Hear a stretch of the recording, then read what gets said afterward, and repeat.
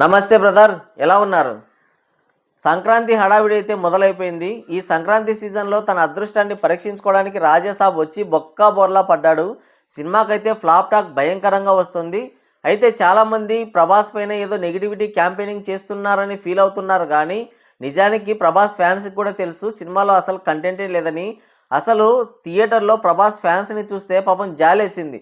అంటే ఒక్కొక్కరు 1000, 1200 పెట్టి టికెట్ రేట్స్ తీసుకొని టికెట్ డబ్బులు పెట్టి అర్ధరాత్రులు సినిమాకు వస్తే అసలు అలాంటి అవుట్పుట్ ఇచ్చారు. భయంకరంగా ఉంది. అసలు ఏం చెప్పాలో కూడా అర్థం కాని పరిస్థితి. సినిమాలో హర్రర్ కామెడీ థ్రిల్లర్ అని బాగా ఊదరగొట్టారు, బాగా ప్రచారం చేశారు. కానీ అక్కడికి వెళ్తే హర్రర్ లేదు, కామెడీ లేదు, ఏదేదో చేసి పెట్టారు. సినిమా ఇక ఫస్ట్ హాఫ్ వరకన్నా కొంచెం అటు ఇటుగా ఏదో ఉంది అని ఎక్స్పెక్ట్ చేసుకుంటూ అలాగే కూర్చుంటాం.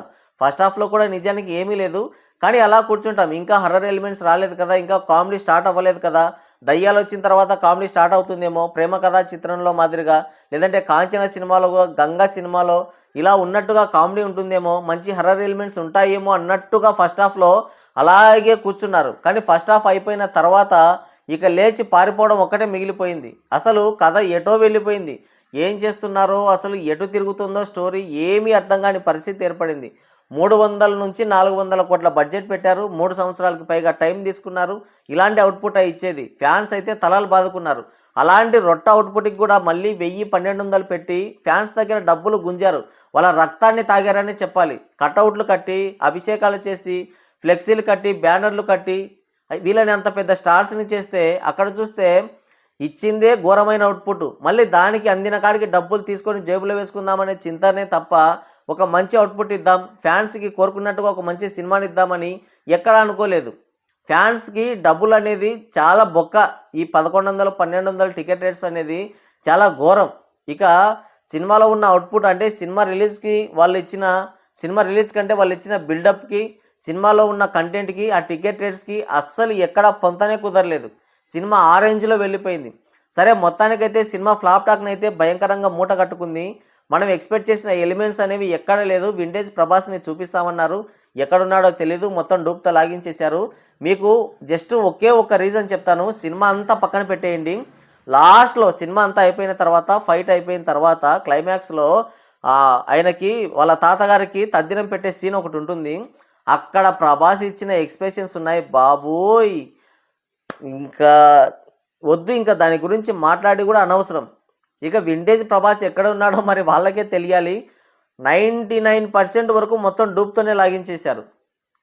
చివరికి చిన్న చిన్న సీన్స్ కూడా డూప్తోనే లాగిస్తే, యాక్షన్ సీన్స్ అంటే ఏ హీరో అయినా సరే ఖచ్చితంగా డూప్ని పెట్టుకుంటారు. అది ఎప్పుడు మొదటి నుంచి జరుగుతున్నదే. కానీ చిన్న సీన్స్లో కూడా మరి అక్కడ కూడా అసలు డూప్ని పెట్టి లాగించాల్సిన అవసరం ఏమొచ్చిందో తెలీదు. క్లైమాక్స్లో ఇలా తల ఊపుతుంటాడు ప్రభాసు, క్లియర్గా కనబడుతుంటుంది డూప్తో లాగించారు. ఇక భయంకరంగా ఉన్నాడు అక్కడ. ఇక నేను వద్దులేండి, చెప్తే బాగోదు. హర్రర్ ఎలిమెంట్స్ లేవని అంతసేపు ఫీల్ అయిన వాళ్ళు అక్కడ మాత్రం భయపడి ఉంటారు. ఇంకా మీరే అర్థం చేసుకోండి ఆ సీన్ ఎలా ఉందో. అక్కడ డూప్ని పెట్టి అక్కడ సీజీలో ప్రభాస్ని ఎంత వరస్ట్గా యాడ్ చేశారో మీరే అర్థం చేసుకోండి. అంటే సినిమాని ఆ రేంజ్లో తీసుకెళ్లారు మొత్తం డూప్తోనే. సరే, ఓకే, డూప్తో లాగించేశారు సినిమా మొత్తాన్ని, అంతవరకు బాగానే ఉంది. మరి డూప్తో లాగించిన తర్వాత కనీసం స్టోరీ అన్నా ఉందా? సరైన స్క్రీన్ ప్లే ఉందా? లేదు, అసలు ఏమీ లేదు. అసలు స్టోరీనే లేదు. ఎంతసేపు వింటేజ్ ప్రభాస్ ఎక్కడున్నాడు వింటేజ్ ప్రభాస్? అసలు ఆ కామెడీకి, ఆ డైలాగ్ డెలివరీకి, ఆ ఎక్స్ప్రెషన్స్కి, అక్కడ జరుగుతున్న సిచ్యువేషన్స్కి, ఆ స్టోరీకి ఒక్కదానికొకటి అసలు పొంతనే కుదరదు. ఎక్కడ కూడా పొంతన లేదు అసలు. వింటేజ్ ప్రభాస్ అని కథ లేకపోయినా సరే సినిమా మొత్తాన్ని తన చుట్టూ మాత్రమే తిప్పాడు. కథని గాలికి వదిలేశారు. అసలు స్టోరీ ఏమీ లేదు. మీరు వెళ్ళి సినిమాకి వెళ్ళి చూస్తే స్టోరీ ఎక్కడా కనిపించదు. మనం చూస్తూ ఉంటాం, ఏదన్నా జరుగుతుందేమో, ఇంకా ఏదన్నా జరుగుతుందేమో అని ఎక్స్పెక్ట్ చేస్తాం. కానీ సినిమాలో ఏది జరగదు. సినిమా మొత్తానికైతే ఫ్లాప్ టాక్ని మూట కట్టుకుంది. చాలామంది నెగిటివ్ క్యాంపెయినింగ్ చేశారని అంటున్నారు, కానీ నెగిటివ్ క్యాంపెయినింగ్ లేదు, నా బొంద లేదు. సినిమాలో ఉన్న కంటెంట్నే బయటకు వచ్చి చెప్తున్నారంతే. ఈ ఫ్యాన్స్ ఏంటంటే జీర్ణించుకోలేకపోతున్నారు. వాళ్ళకు కూడా తెలుసు సినిమా ఎలా ఉందో, వాళ్ళకి తెలుసు. సినిమా హాల్లో తలలు పట్టుకొని కూర్చున్నారు. అసలు సెకండ్ హాఫ్లో ఫస్ట్ హాఫ్ వరకన్నా సోసోగా ఉంది, పర్వాలేదు, ఓకే అని అనుకోవచ్చు. ఇక సెకండ్ హాఫ్లో అయితే చుక్కలు కనిపించాయి. అటు ఇటు చూస్తే ఒక్కడు కూడా అరిచిన వాళ్ళు లేడు, నవ్వినవాడు లేడు, ముఖంలో నెత్తరు చుక్క లేదు. అంటే ఇక సినిమా ఏ రేంజ్లో ఉందో మీరే అర్థం చేసుకోండి. సరే, మొత్తానికైతే సినిమా ఫ్లాప్ టాక్ని మూట కట్టుకుంది. సినిమా అయితే డిజాస్టర్ వైపు అయితే పరుగులు తీస్తుంది. అయితే ఇక్కడ వచ్చిన చిక్ ఏంటంటే, ఈ రొట్ట అవుట్పుట్కి, ఈ రొట్ట కంటెంట్కి 1000-1200 టికెట్ రేట్స్ పెట్టాల్సిన అవసరం ఏముంది? కేవలం ఫ్యాన్స్ని ఏదో ప్రభుత్వాల అండదండలతో వాళ్ళ దయతో సినిమా టికెట్ రేట్స్ పెంచుకొని అందిన కాడికి దండుకుందామని చింత తప్ప సినిమాలో కంటెంట్ ఎక్కడన్నా ఉందా? మూడు సంవత్సరాల టైం తీసుకున్నారు, 400 కోట్లకి పైగా బడ్జెట్ అయింది అంటున్నారు. అసలు ఆ బడ్జెట్ కనిపించలేదు, ఆ ఎఫర్ట్స్ కనిపించలేదు. అంత టైం తీసుకున్న స్టోరీ లేదు, ఓ సరైన స్క్రీన్ ప్లే లేదు, ఎంటర్టైన్మెంట్ లేదు, ఏమీ లేదు. కానీ అందిన కాడికి దండుకుందాం. ఏమన్నా ఇది పెద్ద స్కామ్లా ఉంది, ఏదో బ్లాక్ మనీ మొత్తాన్ని వైట్గా మార్చే ఒక ఫ్యాక్టరీలా ఉంది ఈ పీపుల్స్ మీడియా ఫ్యాక్టరీ. చూస్తే ఒక సినిమా కూడా హిట్ అవ్వట్లేదు, అన్నీ ఇలాగే, అన్నీ రొట్ట కంటెంటే, ఏది చూసినా కూడా ఇలాగే అయిపోతుంది. 400 కోట్ల బడ్జెట్ పెట్టారు, 3 సంవత్సరాల టైం తీసుకున్నప్పుడు సరైన ఎఫర్ట్స్ ఏవి కనిపించలేదు అక్కడ.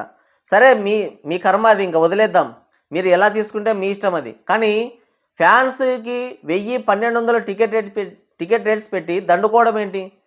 ఇక అందుకనే ఈ సినిమాకి ఇంత నెగిటివ్ టాక్ రావడానికి కూడా బలమైన కారణం ఏంటంటే ఆ 1000-1200 టికెట్ రేటే. సరే, తీసుకోవచ్చు, ఓన్లీ ఒక 300, 400, 500 అంతవరకైనా ఓకే. కానీ మరి 1000-1200 ఏంటి? అందుకనే ఈ సినిమాకి ఇంత నెగిటివ్ టాక్ వస్తుంది. ఇకపోతే మన శివశంకర వరప్రసాద్ చిరంజీవి నటించిన ఈ సినిమాకి కూడా టికెట్ రేట్స్ పెంచుతున్నారంట. అసలు ఈ సినిమాకి బడ్జెట్ లేదు, అసలు ఈ సినిమా గురించి ఆలోచించిన వాడే లేదు. ఏదో అనిల్ రావు ఇప్పుడు మంచి ఫామ్లో ఉన్నాడు, ఆయన ఫ్యామిలీ స్టోరీస్ని, ఫ్యామిలీ ఆడియన్స్ని టార్గెట్ చేసుకొని ఈ సినిమాని చుట్టేసి ఉంటాడు. ఫ్యామిలీ ఆడియన్స్ చూస్తారేమో అనే ఒక హోప్స్ తప్ప వాళ్ళు కూడా చూస్తారో లేదో తెలియదు. ఎందుకంటే గతంలో చూసుకుంటే సంక్రాంతి సీజన్లో 3 సినిమాలు మాత్రమే రిలీజ్ అయ్యాయి. ఇక తప్పక సంక్రాంతికి వస్తున్నాం సినిమా చూడాల్సిన పరిస్థితి, అగత్యం ఏర్పడినప్పుడు కాబట్టి ఆ సినిమా హిట్ అయింది. కానీ ఇప్పుడు సిచ్యువేషన్ అలా లేదు. మొత్తంగా 5 సినిమాలు ఉన్నాయి. అందులో నవీన్ పోలిశెట్టి నటించిన సినిమాకి పాజిటివ్ ఎక్కువ కనబడుతుంది, సినిమా హిట్ అయ్యే సూచనలు బాగా కనబడుతున్నాయి. సినిమాల కంటెంట్ కూడా ఓ రేంజ్లో ఉన్నట్టు ఉంటుంది. అంటే ఎంటర్టైన్మెంట్ చేయాలంతే, పెద్ద కథలు ఏమి రావు, ఏదో టైటానిక్, అవతార్ అలాంటివి ఏమి ఉండవు. సినిమా ఎంటర్టైన్ చేసిందా లేదా? అవతార్ సినిమాకే దిక్కు లేదు, గట్టిగా మాట్లాడితే ఎమోషన్స్ లేవు, ఎంటర్టైన్మెంట్ లేదు, సరైన స్క్రీన్ ప్లే లేక మొత్తం ల్యాగ్ చేసినందుకు అవతార్ సినిమానే తీసి అవతల కట్టగట్టి అవతల పడేశారు. ఇప్పుడు చిరంజీవి నటించిన ఈ సినిమాకి ప్రీమియర్స్కి 600 అంట టికెట్. ఇక ఫ్యామిలీ ఆడియన్స్ని టార్గెట్ చేసి ఫ్యామిలీ ఆడియన్స్ని సినిమా థియేటర్స్కి రాకుండా టికెట్ రేట్లు పెంచారు. మళ్ళీ సరే ఓకే, ఫ్యాన్స్ అంటే ఎలాగో వస్తారనుకోండి, ఇంకా ఫ్యాన్స్ అంటే పిచ్చి వేదవులు కాబట్టి తప్పకుండా సినిమాకి వస్తారు, 600 అయినా 1000 అయినా టికెట్ పెట్టి కొంటారు. సరే, ఫ్యామిలీ ఆడియన్స్ రావాలంటే ఒక ఫ్యామిలీకి సింగిల్ స్క్రీన్స్లో 70 వరకు, మల్టీప్లెక్స్లో 100, 150 వరకు టికెట్ రేట్స్ పెంచుతున్నారు.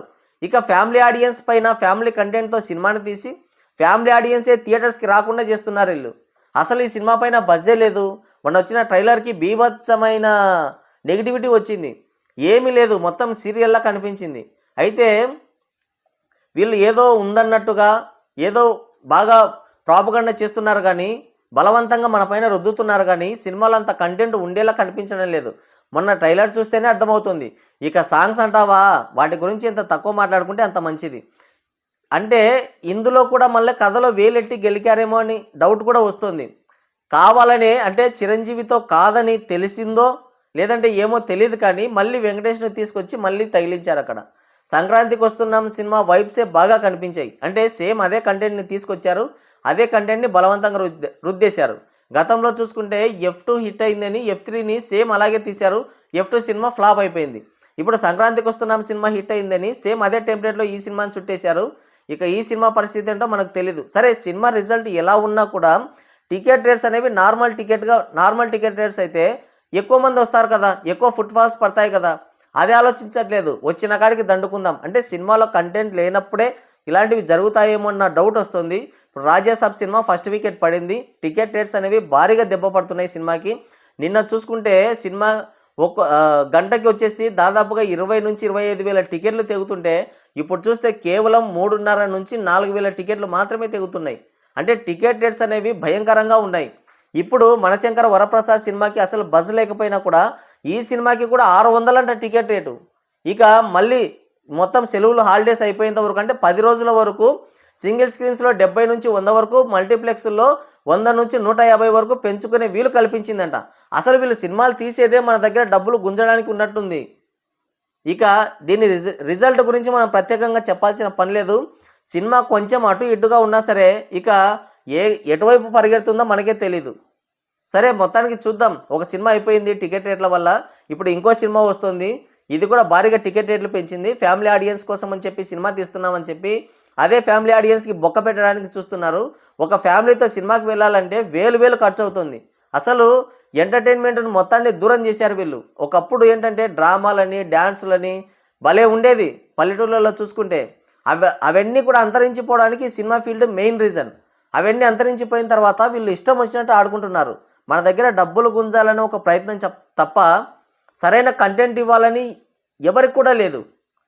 సరే చూద్దాం ఏమవుతుందో. మొత్తానికి సినిమాకైతే టికెట్ రేట్లు భారీగా పెంచారు. చూస్తుంటే రాజాసాబ్ కంటే కూడా పెద్ద దెబ్బ తగిలేలా ఉంది. చూద్దాం. రేపు ప్రీమియర్స్ చూసి వచ్చిన తర్వాత నైటే వెళ్తున్నాను రేపు సినిమాకి. ప్రీమియర్స్ అయిపోయిన తర్వాత నైటే రివ్యూ ఇస్తాను. Wait and see.